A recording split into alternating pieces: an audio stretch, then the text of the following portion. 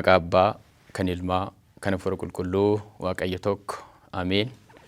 Maqaa Abbaa, kan Ilmaa, kan Hafuura Qulqulluu, Waaqayyo tokko. Ameen. Maqaa Abbaa, kan Ilmaa, kan Hafuura Qulqulluu, Waaqayyo tokko. Ameen. Jaalatamtoota fi kabajamtoota maatii Waaqayyoo hundi keessan dubbii Waaqayyoo dhaga'uudhaaf kan qophooftan, nagaa Waaqayyoo isa jiraatatiin nagaa isinitti dhaammadhaa. Kam jirtu, kam yoo nageessan, akka cubbuu keenyaa toon lakkaa'in, akka irra daddarbaa keenyaa toon lakkaa'in, umrii keenya irratti umrii dhiifamaa dabalee mana isaatitti kan walitti nu qabe, araara isaatiin kan nu tikse, galannii fi ulfinni Waaqayyoodhaaf yaa ta'u.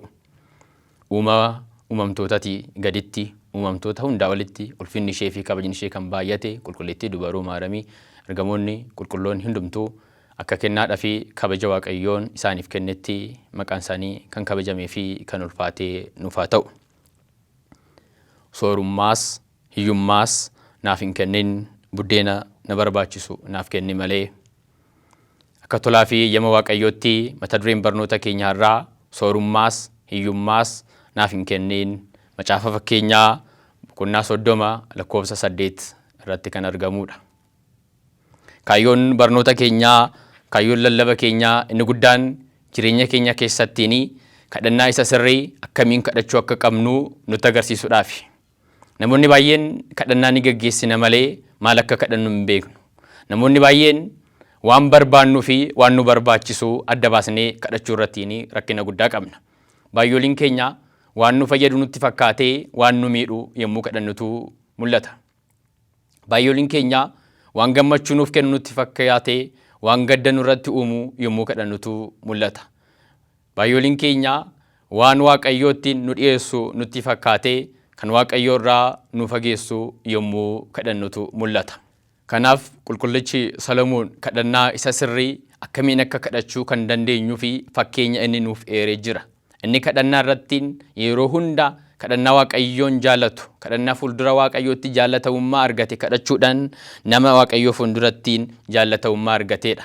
Yaadattu yoo ta'e tokkoffaa Moototaa boqonnaa 3:9 irratti Waaqayyoon umrii isaa isa daa'imummaa waggaa 12 mootii Israa'el taasisee yommuu isa muudetti, yommuu Waaqayyoon saba bal'aa irratti aangoodhaaf isa muudettiin Waaqayyoon akkasittiin jedhe, yaa Salomoon waan barbaadde kadhadhu, waan barbaadde hunda siifan guutaa jedheen. Yaa saba Waaqayyoo mee al tokko na dhaggeeffadhaa. Daandiirra utuu deematee jirtanii, mana kadhannaa keessatti, mana kiristaana keessatti teechanii utuu jirtanii, utuu Waaqayyoon isinitti mul'ate, yaa mucaa koo waan barbaaddu hunda na kadhadhu, ani siifan guuta otoo siin jedhe maal kadhatta? Nana manaa baay'ooliin keenyaa umrii dheeraa, umrii akka Maatusaalaa jiraachuu kadhachuu dandeenya ta'a. Nana manaa baay'ooliin keenyaa lubbuu diinota keenyaa akka inni nuuf kennu kadhachuu dandeenya ta'a. Nana manaa baay'ooliin keenyaa qabeenya hedduu, beekamtii hedduu Waaqayyoon akka nuuf kennu kadhachuu dandeenya ta'a. Ogeessa kan jedhame qulqullichi garuu umrii isaa waggaa 12 akkas jedhe, yaa Waaqayyoo saba kanarratti mootii taasistee gana muuddee ogummaa fi hubannaa waan gaarii fi waan yaraa ittiin adda baasuu danda'u naaf kenni jedheen. Ogummaan hunda akka dursee waan galeef, hubannaa yoo qabaate hundumtuu akka jiraatu waan hubateef ogummaa fi hubannaa naaf kenni jedhe. Waaqayyoonis kadhannaa Salomoon kanatti hedduu gammade. Yaa Salomoon waan hedduu na gaafachuu dandeecha ture. Lubbuu diinota kee na gaafachuu dandeecha ture. Ati garuu nan gaafanne ogummaa fi hubannaa na gaafatte. Kanaaf ani garuu isa gaafatte qofa miti, isan gaafanne siifan kenna. Ati umrii dheeraa nan gaafanne siifan kenna. Ati maallaqa nan gaafanne siifan kenna. Beekamtii nan gaafanne siifan kenna. Wanti tokko ati na gaafatte waan biraa kan siif dabaluudha jedheen. Nuti garuu kadhannaa nuti kadhannu wanti tokkichi waan hunda kan nu dhowwisiisu ta'uu danda'a. Utuu beekne garuu waan isa guddaa isa dursu yoo kadhanne inni itti aanu kan nuuf dabalamuudha. Kanaaf kadhannaa sirrii keessaa isa tokko. Kadhannaa ganama yommuu gara hojii deemnu kadhachuu dandeenyu, kadhannaa galgala yommuu rafnu kadhachuu dandeenyu isa gabaabduu tokko waliin ilaalla. Innis macaafa fakkeenyaa boqonnaa 30:8 irratti kan jirudha. Yaa Waaqayyoo wantoota lama si kadhadhaa, kanas nan dhoowwatinii, hiyyummaas soorummaas naaf hin kenninii. Sooressa ta'ee Waaqayyoon hin jiru akkan hin jenne, quufee akkansiin addan baane soorummaa akkasii naaf hin kenninii. Hiyyeessas ta'ee hattuu akkan hin taaneef, maqaa keetinis sobaan akkan hin kakannee fi hiyyummaa naaf hin kenninii jedhe. Itti aansuudhaan garuu buddeena na barbaachisu naaf kennii jedhe. yaa saba Waaqayyoo hiyyeessa ta'uun cubbuudha hin jedhu kitaabni. Soorummaan cubbuudhaan jedhu. Namoonni baay'een hiyyummaan isaanii Waaqayyoo irraa kan adda isaan baasee ni jira. Namoonni baay'een soorummaan yookaan sooressa ta'uu isaanii kan Waaqayyoo irraa adda isaan baasee jira. Tarii nuti wallaalummaadhaanii hiyyeessi mootummaa Waaqayyoo kallattiidhaan seena jennee yaadna taanaan dogongoraadha. Sooressi immoo mootummaa Waaqayyoo hin seenu jennee yaadna taanaan dogongoraadha. Qulqulloonni hedduun sooressoota turan. Qulqulloonni hedduun akkasumas immoo hiyyummaadhaan yookaan immoo hiyyeessota kan turanis kitaaba qulqulluu irratti nuuf katabamee jira. Hiyyummaan Waaqayyoo irraa adda nama baasuu ni jira. Soorummaan Waaqayyoo irraas immoo adda nama baasuu ni jira. Kanaafidha hiyyummaan inni barbaachisu, soorummaan inni barbaachisu kam akka ta'e qulqullichi adda baasee teechise. Gooftaa fi fayyisaan keenya Yesuus Kiristoos mataansaa Wangeela Maatiyos boqonnaa 5 irratti yommuu barsiisu, Maatiyos boqonnaa 5 lakkoofsa 3 akkas jedhe. ብፁዓን ነዳያን በመንፈስ እስመ ሎሙ ይእቲ መንግሥተ ሰማያት. Namoonni afuuran hiyyeeyyii ta'anii dhugumatti isaan eebbifamoodha. Mootummaan Waaqayyoo kan isaaniiti jedhe. Hubadhaa yaa saba Waaqayyoo, afuuran hiyyeeyyii kan ta'an eebbifamoodha jedhe. Afuuran hiyyeeyyii gaafa jennu kan maallaqaan hiyyeessota ta'an jechuu miti, kan qarshii hin qabne jechuu miti, kan maallaqa hin qabne eebbifamoodha jechuu miti. Afuuran hiyyeeyyii kan ta'an eebbifamoodha jedhe. Inumaa kan nama ajaa'ibu wangeela kanarrattiin eebbifamoodha. Eebbifamoodha kan jedhu si'a 8 barraa'e. Jalqabarra kan jiru immoo afuuran hiyyeeyyii kan ta'an eebbifamoodha jedhe. Maal jechuudha afuuran hiyyeessa ta'uun? Qarshii dhabuu miti, maallaqa dhabuu miti. Qulqulluun Qeerroos inni Aleksandariyaa yommuu kana hiiku namoonni afuuran hiyyeeyyii ta'an jechuun waan hundumaa Waaqayyootti of kennuudha. Qarshii kootii miti kan na oolchu Waaqayyoon na oolcha. Dhabuu kootii miti kan na oolchu Waaqayyootu na oolcha. Beekumsa kootirra, maallaqa kootirra, aangoo kootirra hunda ol kan caalu Waaqayyoodha jedhanii Waaqayyoof of kennuun, aangoonis ni darba, mootummaanis ni darba jedhanii isaaf of kennuun afuuran hiyyoomuudha. Sooressas yoo ta'an afuuran hiyyoomuun barbaachisaadha. Hiyyeessas qarshiidhaan yoo ta'e afuuran hiyyoomuun barbaachisaadha. Maaliif? Kan danda'u isaadha, kan nama jiraachisu isaadha jedhanii amanuun afuuran hiyyeeyyii ta'uudha jedha. Inumaa dhumarratti wangeellichi gaafa xumuru warri qajeelummaaf jedhanii ari'aman eebbifamoodha, mootummaan Waaqayyoo kan isaaniiti jedhe. Hubadhaa, eebbifamoodha kan jedhu kana keessaa inni jalqabaa fi inni dhumaa kennaan isaaniif kennamu, bu'aan isaaniif kennamu dhumarrattiin mootummaa Waaqayyoo kan isaaniiti jedha. Namni mootummaa Waaqayyoo kan dhaalu jalqaba afuuran hiyyeeyyii gaafa ta'e. Qarshii kootirra, maallaqa kootirra Waaqayyootu caalaa jedhee yommuu yaadudha. Kanaaf soorummaa naaf hin kennini, hiyyummaas naaf hin kennini, buddeena na barbaachisu naaf kenni jedhe. Ilaala yaa saba Waaqayyoo. Namoonni baay'een akkuma isiniin jedhee hiyyummaa isa darbuuf jedhanii Waaqayyoodhaan adda ba'aniiru. Maaliif? Waan dhabaniif gara hannatti seenan, waan dhabaniif gara yakkaatti seenan. Namoonni baay'een immoo soorummaa isa darbuuf jedhanii Waaqayyoon hin jiru jedhanii darban. Kan nama ajaa'ibu garuu akka darban hin beekan ture. Macaafa mana kiristaanaa seenaa abbootaa irratti seenaa barraa'e isa gabaabduu tokko asirratti tuusinii kaasee baay'ee natti tola. Baay'itaawwiin yookaan monokseen tokko gadaama isaa keessa, kawaala isaa keessa ba'ee yommuu mandara tokko keessaan deddeebi'u namoota lamaa ilaala. Inni tokko meeshaa gurguraa, inni tokko meeshaa bita. Inni gurguru gatii ol kaasee meeshaan kun meeshaa waggaa hedduudhaaf si fayyaduudha. Itti fayyadamii bitadhu jedhaan gatiidha. Inni sunis dhugaadha, nan amana. Meeshaan kun kan waggaa hedduu turuudha, nan amana, gatii naaf hir'isi jedhaan. Namni gurguru yeroo hundumaa gatii ol kaasa, namni bitu immoo gatii gadi buusuu barbaada. Yommuu kana monokseen kun lamaan isaaniitiin iyyuu hubatee ilaale. Inni kolfes. Barattoonni isa marsanii jiran, yaa abbaa meeshaa gurguruu maal nama kufalchiisaa, meeshaa bituu maal nama kufalchiisaa jedhaniin. Inni irra deebiidhaan inni garuu maal jedheni, na amanaa ani kan natti mul'ate meeshaa bituu yookaan gurguruu miti, garuu jedheen namichi meeshaa kana bitee galu kuni waggaa hedduudhaafan fayyadamaafananii, waggaa hedduudhaafan barbaade, meeshaa dhalootatti darbuun barbaade jedha. Inni garuu halkanarraa kana ni boqataa ittiin jedhe. Ilaala yaa saba Waaqayyoo. Yeroo baay'ee wanti nuti itti dadhabne, wanta nuti kuusnu kan hin nyaanne yeroo ta'utu jira. Wanta itti dadhabne buddeena nuti kuusnu nuti hin nyaannu yeroo baay'ee, maallaqa nuti baankii keessa kaawwanne ni nyaanna, waggoota hedduu jiraanna, waggoota 100 jiraanna jennee soorummaa keenya isa Waaqayyoon adda nu baasu taasisna. Dhugaan jiru garuu guyyaa tokko waan kana hundumaa dhiisnee darbuu keenyadha. Macaafa lallabaa boqonnaa 2 lakkoofsa 25 yoo ilaaltanii Waaqayyoon malee kan nyaate eenyudha? Waaqayyoon malee gammachuu kan argate eenyudha jedhe. Dhugaadha. Eenyutu Waaqayyoo malee isa qabutti fayyadamee jiraate? Eenyutu Waaqayyoo malee gammachuu argate yaa saba Waaqayyoo?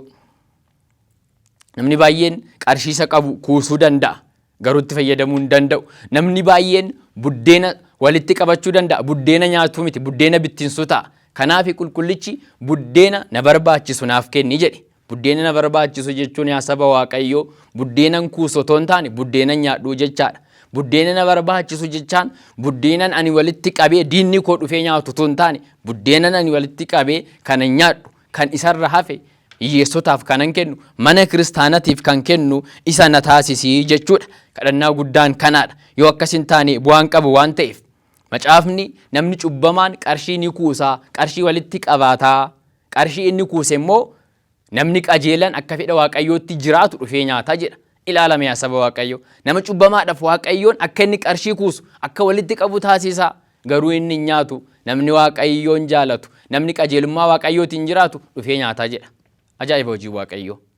Akkas nan taasisanii jechuudha. Buddeena na barbaachisu naaf kenni jechuun isa nani kuusu kan namni biraa nyaatu, isa nani kuusu utuu fayyadamin kanan buqadhu utuu hin taane buddeena na barbaachisu naaf kenni jechuudha. Ilaaltu yoo ta'e naannawaa keessanitti mee hubadhaa. Ollaa keessan isa boqate sana ni yaadattu yoo ta'e, isa du'e sana yaadattu ta'e, qarshii isa walitti kuusaa jiru boruun nyaadhatoo jedhu, qarshii isa calliseetuma baankiitti walitti qabu kan hiyyeessaaf hin kennine, mana kiristaanatiif hin kennine, isa yommuu boqatu yommuu inni du'e sana inni otoo nyaatiin du'e qarshii walitti qabaatuma akkasiin boqate ittuu fayyadamne maalidha namni maa hin baasne akkasii, maalidha namni abaaramaan akkasii jettan hin beektani? Akkas nan taasisin jechuudha. Buddeena na barbaachisu naaf kenni jechuun yaa saba Waaqayyoo. Buddeena na barbaachisu naaf kenni jechuun abboonni yommuu ibsan tarii al tokko tokko namni baay'een Waaqayyoon yommuu kadhatu yaa Waaqayyoo kana naaf kenni jedha. Yaa Waaqayyoo maallaqa naaf kenni jedha. Yaa Waaqayyoo gaa'ila naaf uumi jedha. Isa ofiisaatii barbaadu kenna malee kan na barbaachisu naaf kenni hin jedhu. Yeroo baay'ee garuu kan nu barbaachisuu fi kan nuti barbaannu addaadha. Yeroo baay'ee kan nu fayyaduu fi nu fayyada jennee kan nuti yaannu garaagarummaa qabaachuu danda'a. Mee hubadhaa haadha daa'ima deesse. Haadha daa'ima harma hoosisaa jirtu mee ilaalaa. Daa'imni harma hoosisu gaafa harma hodhu abidda boba'e utuu ilaale harma hodhu sana dhiisee gara abidda boba'u sana ni fiiga.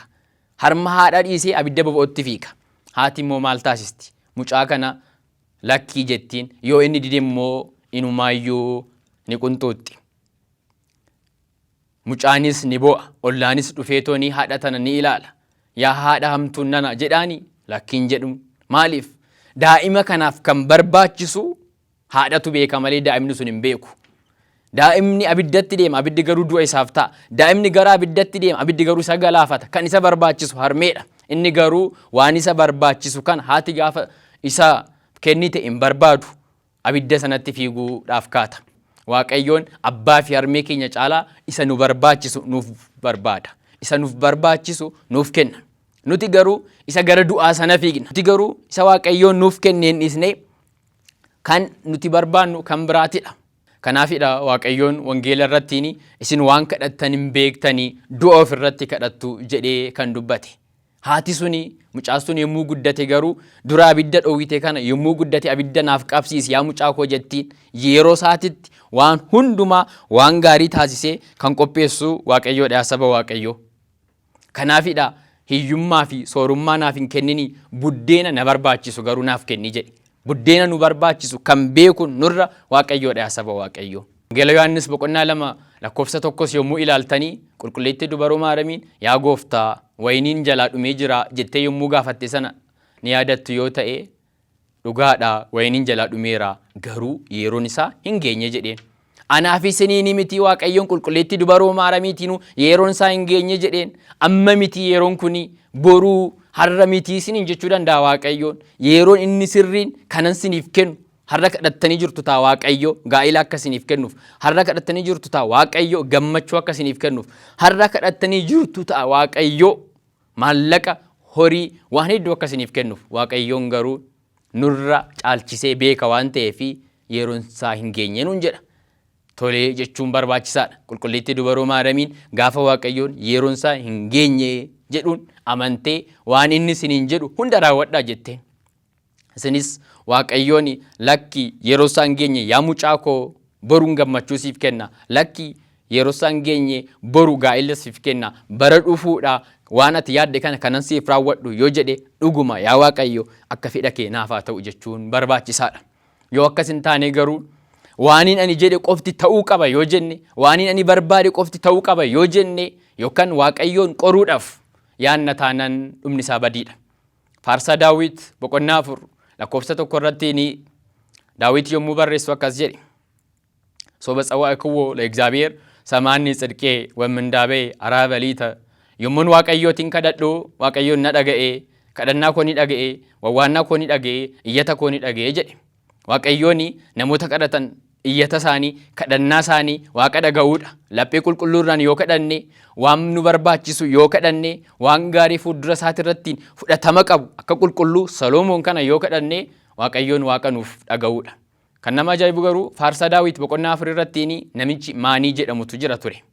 Maaniin harree takkittii qaba ture jedha hiikoon mana kiristaanaa keenyaa. Maaniin harree takkittii qabu kun yommuu jalaa baddeettiin fuuldura Waaqayyoo dhaabbatee mana kiristaanatti deemee Waaqayyoon kadhata. Yaa Waaqayyoottiin jedhe harree takkittiin qaba, isheen hunda jalaa baddee yoo harreen badde tun naaf argamte dhuguma Waaqayyoon samii fi lafa uume jira jedhee nama dhuguma yoo harreen tun naaf argamte aduun ganama baatee galgala galtu callisteetii miti kan baatee galtu Waaqayyootu jiran jedha.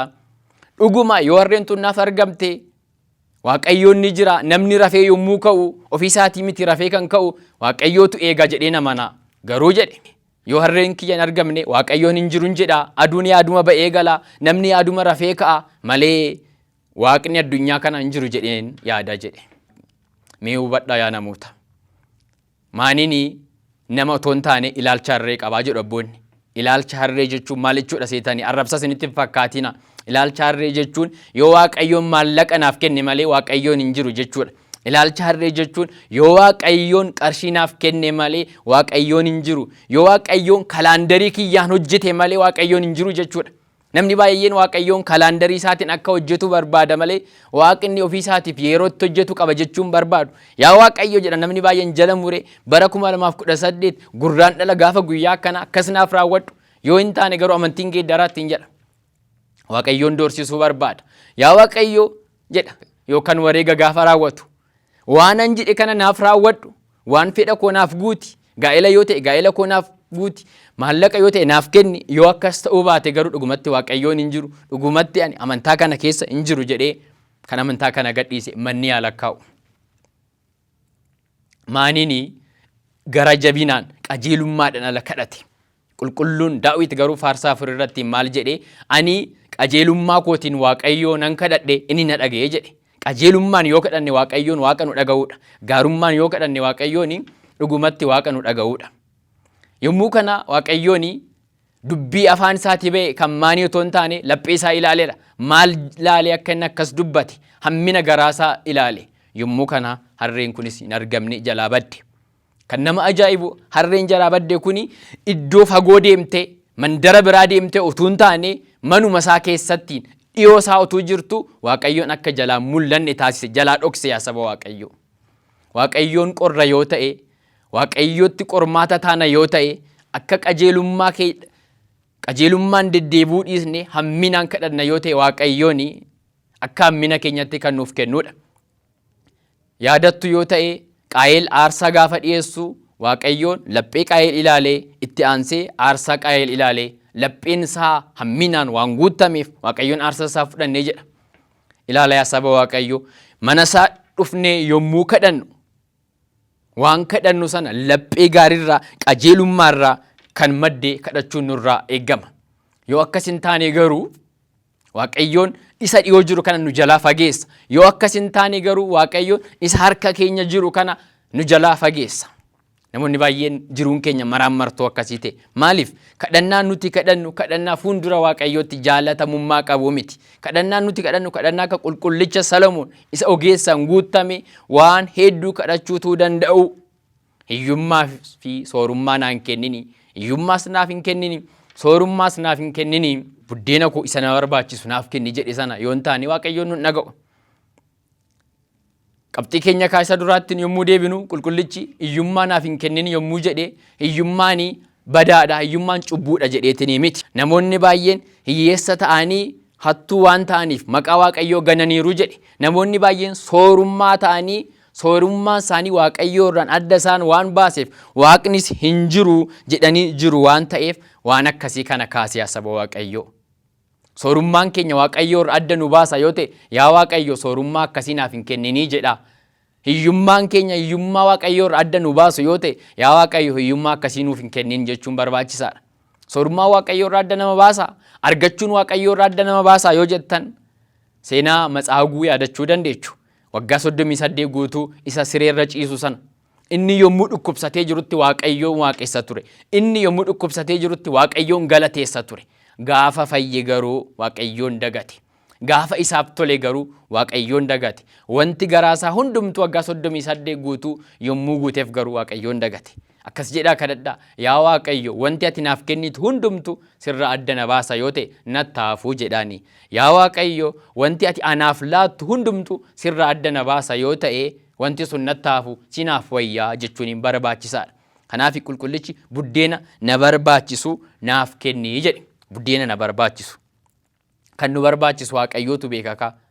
Kan nu miidhu miti kan nu barbaachisu Waaqayyoon nurra caalchisee Waaqa nuuf yaadudha kaya saba Waaqayyoo. Buddeena na barbaachisu naaf kennii jennee kadhachuun barbaachisaadha.